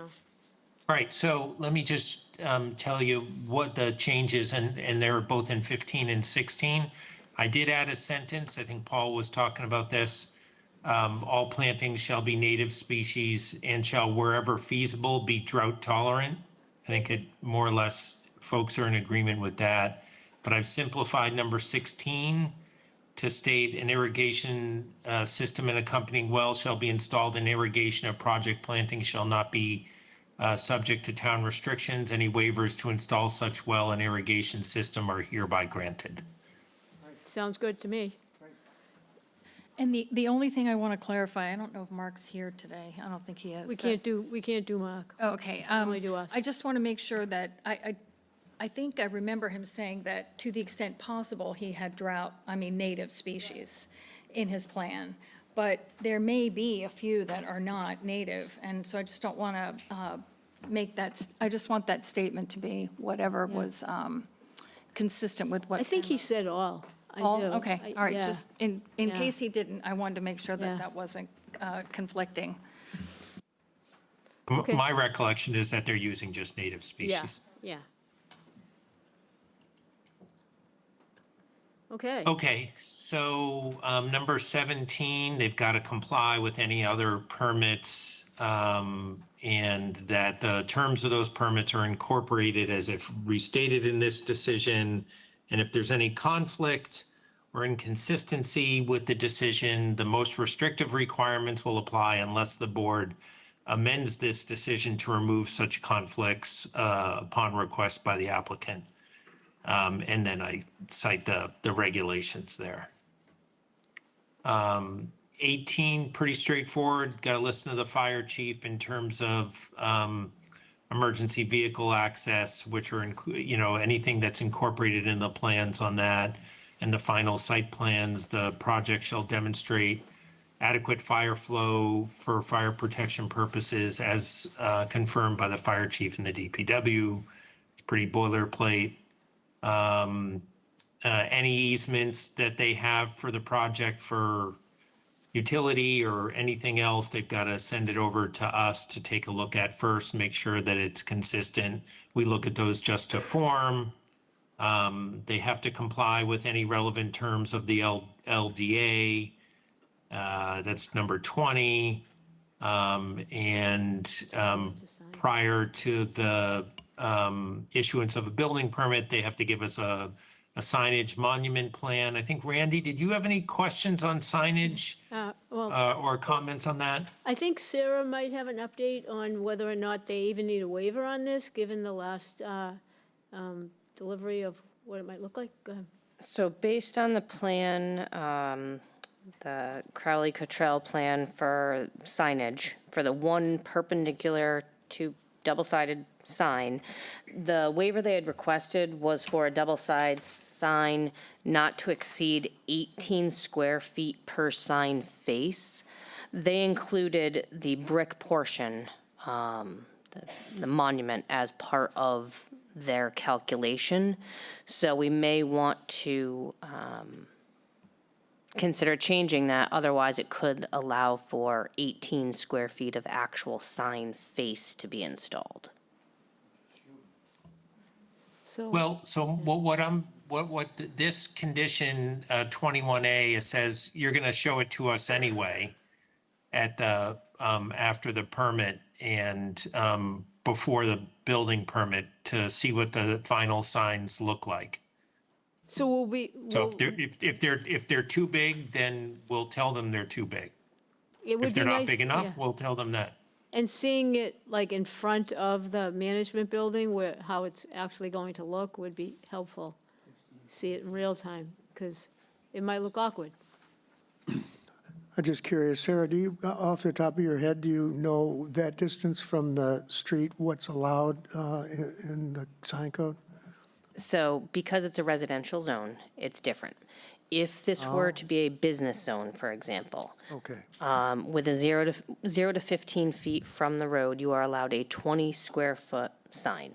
Now that that's could what be I'm double-sided. remembering, yeah. What was shown and proposed, the solid portion of the sign, where the name of it would be, is approximately, well, the area where they would actually have the signage is just over 9 square feet. Okay, So that's why I said I don't know if, even though it's Yeah. listed in the waiver to the extent necessary, yeah, I think allowing an 18 square foot per sign face maybe doesn't go with the intent of what they were showing on the plans that were presented to the board. right, yeah, right, I understand that, yeah. And a residential zone is different, but we get to make the rules this time. Yeah, because you're the sign code appeals committee as Right, well. right. So, but typically, they would be an 18 square foot per sign face for a major entrance to a subdivision for a residential property. Oh, okay, so, all right. But what they're proposing, at least looks like their latest drawing was 9 square feet per side. Approximately. Okay, And they had originally asked for 2 signs, and we're going to do one perpendicular sign like every other business along the HBDC. Yeah, just to clarify. All right, Jay? Moving Okay, on? so again, they're gonna come to us with some signs, they're gonna come to us under subsection B with the name of a person that we can talk to 24 hours a day on the construction. Number 22 is we get into some boilerplate in and around the affordable housing stuff. The affordability and all the other requirements in and around 40B is going to be baked into a regulatory agreement. This is pretty straightforward. I usually like to see that before and approve the form of it, which is pretty straightforward these days, before they start construction. And I like to see evidence that it be recorded before building permits. Penrose has reached out to me and asked if I could back off the recording of that until occupancy permits. My general feeling is no, that I like to see them before building permits. This decision is going to generally, because we like to take care of that well before they're actually marketing, because they're probably going to be doing some affordable marketing well before there's actual occupancy. It's a nuanced difference, but almost every single permit I've ever done has a requirement that a regulatory agreement be executed and recorded before we issue a building permit. That's the industry standard. I'd like to keep it that way unless anyone is fine with moving it to occupancy permits. No one is indicating that they want to disagree Okay, with you. all right. I'd like to keep it there then. Okay, monitoring is essentially the entity, the monitoring agent, and it might be EOHLC itself is the entity that essentially is going to be looking at and qualifying the households for their income qualification. We'd like to see those monitoring services agreements. Again, they're pretty canned, but we'd like to see that. So again, this is more just boilerplate. 24 similarly is going to be boilerplate. It's going to be addressed more in the regulatory agreement. They have an annual requirement to certify tenants for affordability. And then when folks go over income, which is usually an amount a little bit over what the numbers actually are, then the next vacant, I'm going to say equivalent, not because there's no market rate units on the project, equivalent unit in the project should be reserved and restricted for lease to a qualifying household. So that, again, pretty boilerplate stuff. Again, it's all going to be in the regulatory agreement anyway, but I like to forecast it. They're going to have a profit limitation. That's number 25 on that. That's going to be covered under the regulatory agreement anyway. This is number 26, also pretty standard. We're going to need their assistance a little bit potentially. And we're going to, there's a requirement that all of those 32 units at 60% of AMI be eligible to be included on our subsidized housing inventory for the town, and that there's going to be cooperation there. And number 27 is the local preference. It's pretty standard and broad, but they're going to cooperate and assist us with submitting to EOHLC any necessary applications, reports, other documents that shall be necessary for the town to apply for local preference, wherein the maximum number of units may be reserved for local preference. So we don't have as much control over that process as we used to. So this is really the best we can manage out of it. Will be a 70% local preference is the most they'll give us, but we're gonna have to prove the demographic need for it. Jay, I have a quick question on 26, just to Sure. just to go back real quickly. I thought all 48 of these are going to be on the, No, because the 110% units are above the income levels that to be included. A unit has to be restricted for a household at 80% of area median income or lower in order to get on the subsidized housing inventory. The 110% units might help us in rounding out what we call our attainable income units, income-based units, but they cannot be included on our subsidized housing inventory. okay, so they don't contribute towards 10% then? No, yeah, just well, so yes and no. All of the units, actually, maybe I'll revise this a Yeah. little bit, because more than 25% are affordable. So let me change this a little bit. In order to have, I'm going to change it to all of the units, because if 32 are there and it remains rental, that's a good catch, Yeah, Randy. right, Thank you right. for The that. rental part is what, because I think I've been having to explain that to some people, that they all Right. count. I think it Right. gets us to 611. I'm not positive, but that would be a good fact to know. Okay. Yeah. Yeah, thank you for that. This was probably just, I borrowed too much from a for sale base permit, but thank you for the catch. no, So I've changed yeah. that to all of the units. Good, thank you.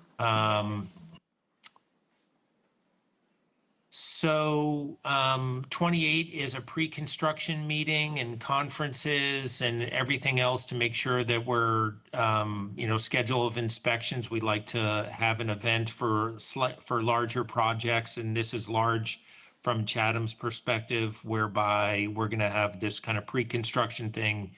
Everyone's going to get together and talk about it. That's primarily whoever we appoint as an engineer to manage this afterwards, whether it's Ty and Bond or someone else, as well as our building commissioner. 29 is they're responsible for paying any details There could be both state details as well as local details here, so it would be both.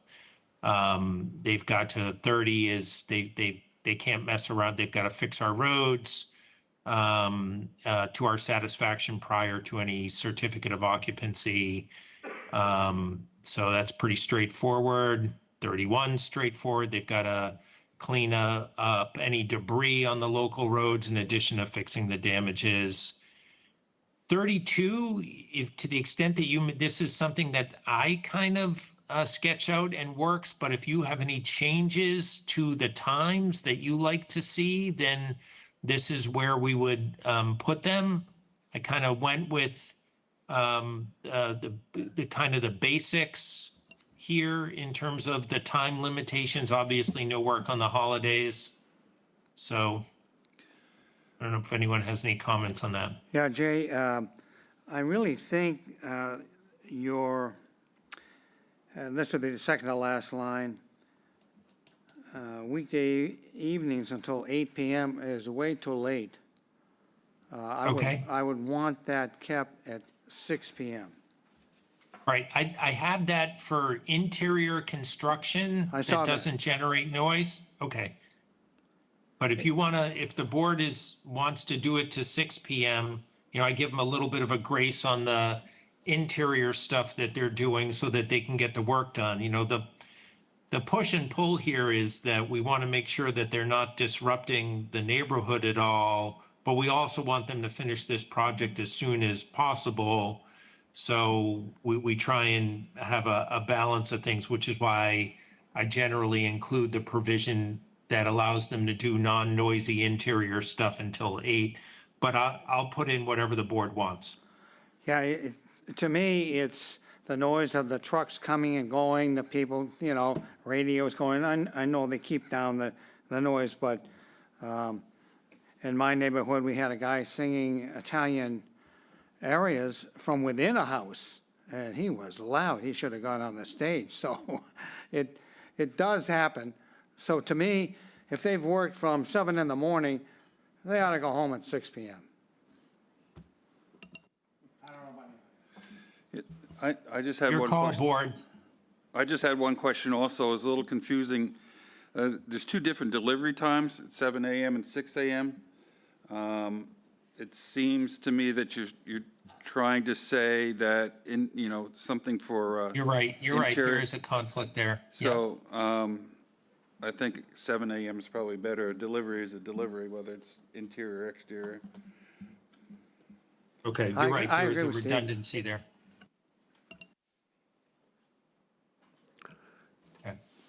Does the town's noise bylaw give a time? It does. Evening Yeah, time? the No. town's bylaw gives 7 a.m., I think, for, No, 7 a.m., but it doesn't give an evening. I don't know. Does it, think, Jay? does it? No. And it doesn't get I enforced. don't recall off the top of my That's what head. happens. Again, we get to design our own conditions here. No, I was so- looking at Jay, our building commissioner. Sorry, Jay. Oh, okay. Other Jay. Please. It's a fallacy. Nobody really has a set time for start and stop. It's just common courtesy for neighbors and neighborhoods. Yeah, okay. There's going to be a lot going on there. It's going to be noisy, and there's going to be trucks. That we all know. Okay, Jay. All right, are we okay with the 8 p.m. or do we want to back that down to 6 p.m. for the interior non-noisy work? What does everybody want to do? I would have made it earlier, but 6 is okay. I don't have an opinion on much. Well, that I we was the one have that left. proposed it, so obviously I'm in favor. Okay, sure. Why don't we just do 6 then, unless somebody has a problem? That's plenty of time. Okay, that's Okay. fine. Yep, 6 is fine. Let's get the project done. yep. Okay. Okay, so that means that I don't even need that sentence at all because I think we're 6 to 6 anyway, right? Or we're 7 to 6. 7 to 6, yes, that's correct. Yep. Okay. All right, so I can take out that sentence. Again, detours, lane closures, pretty basic. Boilerplate there. Excavations. Okay, so here's the waiver thing. And people are going to see different things, the way different attorneys and different boards would like to do this. My approach to waivers is a little more simplified. I think that we know the waivers we're going to give in all circumstances, especially the waivers relating to uses, and because we know what the use is, and dimensions because it's shown on the plan. So my preference and my longstanding practice has been not to provide a lengthy waiver list that tries to address each one of those and tries to mine down into every single dimensional characteristic that there might be a waiver needed, because my experience is when we try and do that, we forget one, or we give one that's not relevant. And I think if they need a waiver to do what what they're showing on the plans physically, or to occupy it in that way, they get that waiver. It's just simpler, and I think it's more efficient. If there's process-oriented waivers, and this is why I have subsection B highlighted, then we should put them in in an attachment. I'm not aware of any process-related waivers here, and we've been pretty specific about a lot of process things, so that's why I'm not even sure if we need it. Now, I can go through it before we finalize it for signature and see if, and I'll work with Sarah on this and Randy to see if there was any process-oriented things, like we talk about hours of operation. Well, we just addressed that, but there could be some things that you can't see on the plans that we may have to address in an Exhibit A, but generally speaking, there's not much there. I'm satisfied with that explanation. Okay. Sarah's So thinking why about. don't why don't I do this? After this session, I'll work with Sarah to take a look at the original waiver requests from Penrose, and if there's anything there, we'll attach it to attachment A. And if there's not, then I'll remove this sentence. Okay, sure. Good. Okay. And then the rest of these are the kinds of things that we don't waive. We can't waive any other state or federal law. We don't give any waivers beyond what you can waive under 40B. We don't waive any local fees, such as building permit inspectional fees. And anything we don't waive is enforceable. So pretty straightforward, just kind of a series of conditions there. Okay, 36 is an important condition, and it's a way of capturing what we do with subdivisions, where we need some kind of security before we're going to release building permits or occupancy permits, rather. And that is that we want to make sure that we can inspect the site infrastructure, the driveways, the parking areas, the stormwater management, all those things, the essential infrastructure before they can get an occupancy permit. So like we would do in subdivisions, and this isn't a subdivision, but we want to capture that, is we say, okay, our engineer has to sign off that all that work was done before we give you occupancy, because the worst thing that could happen is that it's occupied and we find out there's things not done. And then, and if there's additional things like a final coat of pavement or some final landscaping stuff that we don't need to do, that we can let them have some occupancy of, then what we like to do is hold back a few units of occupancy until such time as they do that finish work. And here I put it at 6. And they can, if they want to, replace that with those kind of punch list items with financial security to make sure that they do them. But generally, I hold back just the last half dozen or so units in a project until they take care of that. That's very reasonable, I think. It's pretty routine. It's what we do in all kinds of other projects. So it's just a way, any developer knows that they have to get inspections of these things, and it's just a way to do it. And I've kind of modified this over time to make it work. And our engineer, whoever we retain, is going to approve all that stuff. And then the building commissioner is going to wait until he gets the approval of the engineer to issue occupancy there.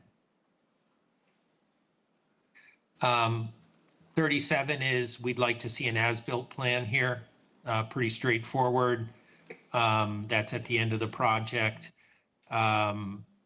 38 is we have some enforcement ability here, pretty straightforward. Just 39 is it's all theirs, everything is private. We want to know if they are going to use a management company to maintain the site. They're going to give us the contact information. 40 is that they're going to clean up any snow. The final site plan shall include a suitable snow storage area. They're going to be responsible at their sole cost for trash and recycling disposal. That's 41. 42 essentially charges whoever we select as an engineer to be our eyes and ears on the construction. And then the next provision is that they're going to be, all those services are going to get paid by the applicant. The 44 is kind of a legal thing. All these buildings are post-existing non-conforming, which means that they can't make changes to them unless they come back to you for a modification for the 40B project. We state that they can't build additional bedrooms or, no construction of lofts, nooks, or other areas, new rooms within a dwelling unit not shown on the plans. No conversion of any other rooms to bedrooms, those kinds of things like that. And then 45 is recording. 46 is what they have to do if they want to change anything. They have to come back to us, and then we would rule on whether it's a major or a minor project. And again, 47 is about other easements that they would have to show to us. 48 is something that we traditionally do here. Penrose didn't love this, but it's pretty standard. We want to make sure that if they're going to transfer or sign the permit, that we get to approve that, or if they're going to sell 50% of their assets, then we get to look at that. We can't really say no to that, which is why I say the approval is not to be unreasonably withheld. But we should know who we're dealing with. This is an important project. So I know that Penrose didn't love this condition, but I've used it in permit after permit after permit. And I think it's a good common sense way, especially for a rental project, so that we know who we're dealing with on that basis. Jay, does 48 cover a transfer of the stock ownership of Penrose? Yeah, so if there's more than 50% of the assets or interests in the applicant that are conveyed, then they've got to come to us as well. Okay. And 49 is pretty straightforward. It is, they've got 3 years to exercise the permit or to start construction, and I define that as the installation of the foundations for 2 of the buildings. 50 is just a severability clause, which means that if someone knocks out one of these, then the rest of them are good. And 51 is the last of it. That's how that they can make appeals. Jay, going back to 49, is there a completion date? No, there is not. We can put a sunset on it if you like, though. It's a project that there is going to be, I think there's a requirement for construction sequencing in the final site plans. We could put a sunset clause on it if you want.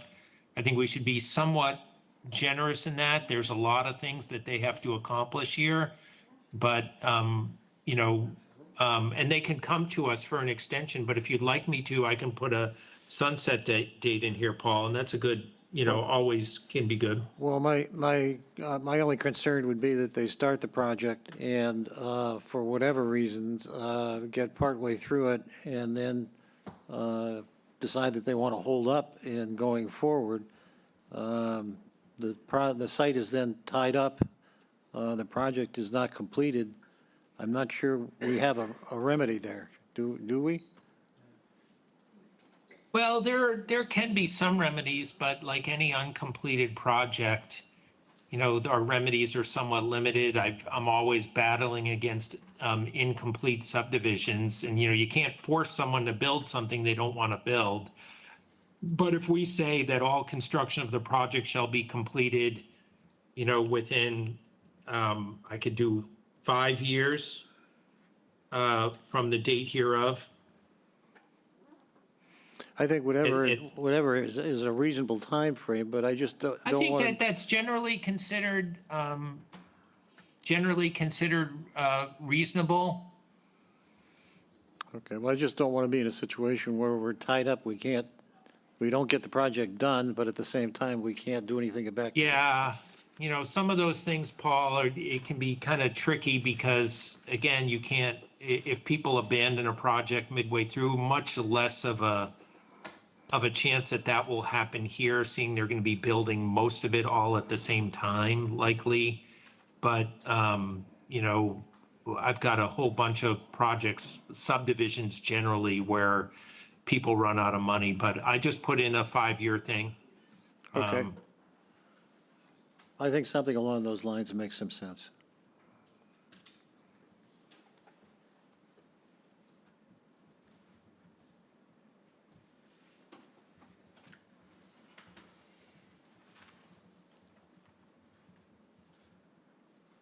And I'm going to say that they can come to us for an extension of that if they want. Yep. Okay, so that's it. That's what I got. Mr. Nixon has a question. Yes, sir. Jay, this is a bill from you that's going to be huge, and you deserve every dime. I don't think I've heard just who is responsible for your legal work. Is it the town, or is it the developer? So the town is, and thank you for looking out for me. I'd like to say that I love doing this so much that I'd do it for free, Dave, but I'd be a liar.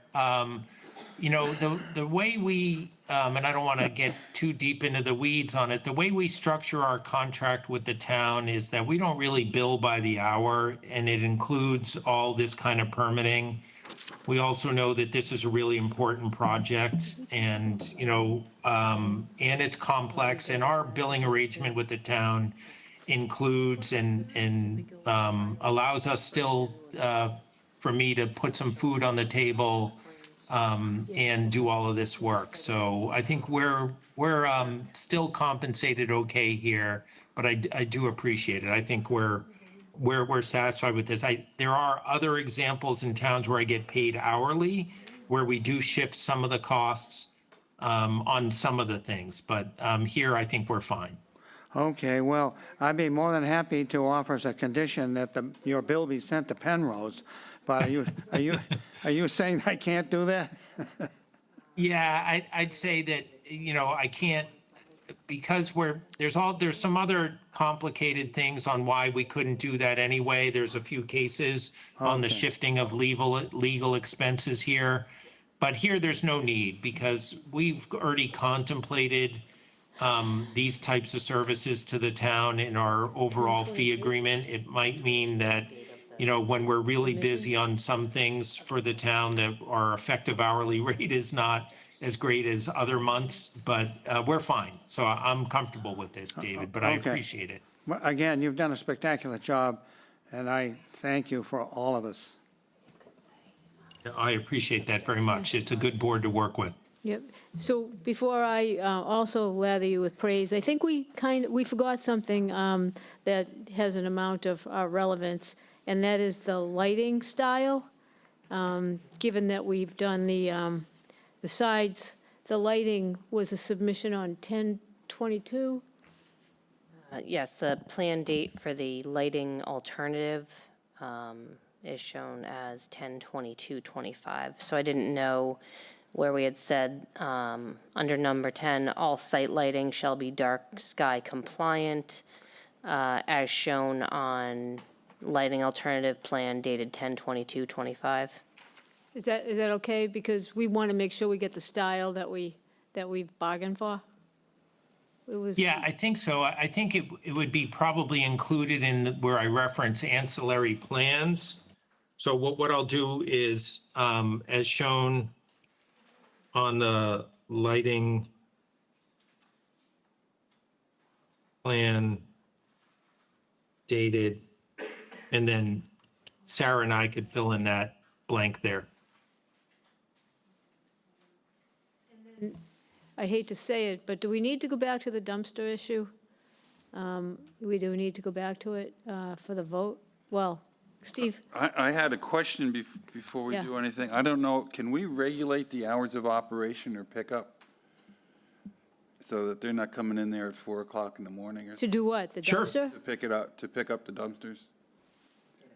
Sure, yeah. We could do that. Okay, but what about this dumpster location? Who wants to bring it up again? Anybody? No? Yeah, well, I mean, in addition to what I brought up earlier? Yeah. Have you come to terms with the dumpster's going to be there? Well, I mean, what's my alternative? I brought it up. Oh, turn your, yeah. Sorry.